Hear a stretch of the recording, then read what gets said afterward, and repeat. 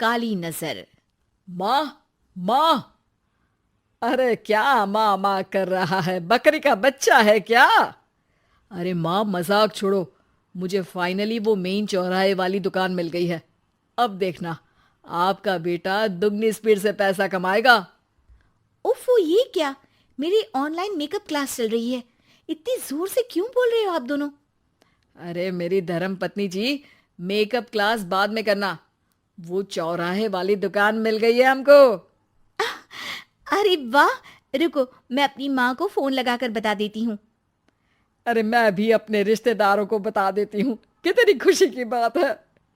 हाँ हाँ, मैं भी अपने दोस्तों को बता देता हूँ। 1 हफ्ते बाद रजिस्ट्री है। बस, घर में खुशी का मौका था।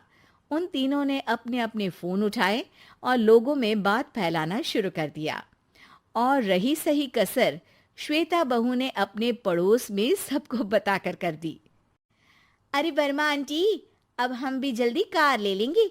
घर का रेनोवेशन होगा और ठाट से रहेंगे हम भी। अरे, ऐसा क्या हुआ? लॉटरी बाटरी लग गई है क्या? अरे, इस बार चौराहे वाली मॉल में हमको भी दुकान मिल गई है। दुकान नंबर 21, जो एकदम चौराहे पर है। अब ग्राहक बढ़ेंगे तो आमदनी भी बढ़ेगी ही ना।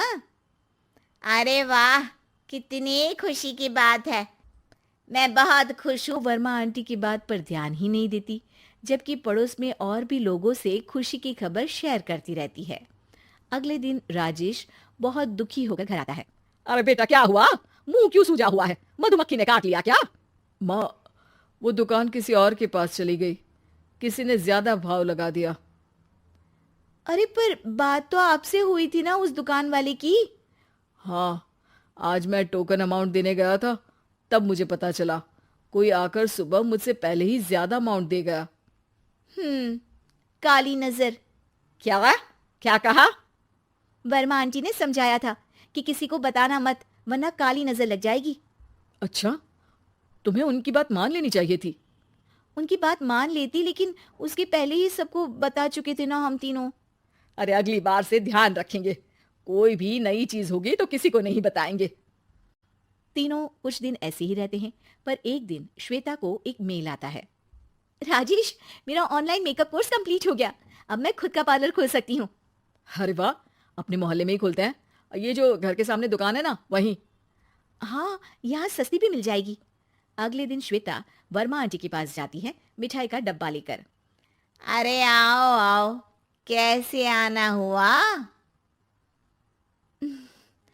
जोर से नहीं बोलूंगी। वो सामने वाली दुकान है ना, वहां मैं अपनी पार्लर की दुकान खोलने वाली हूँ। उसकी मिठाई है।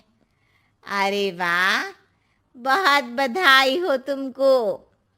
हाँ, मैं कमाने लगूंगी तो राजेश पर पूरे घर का बोझ नहीं रहेगा ना आंटी जी। ये तो है।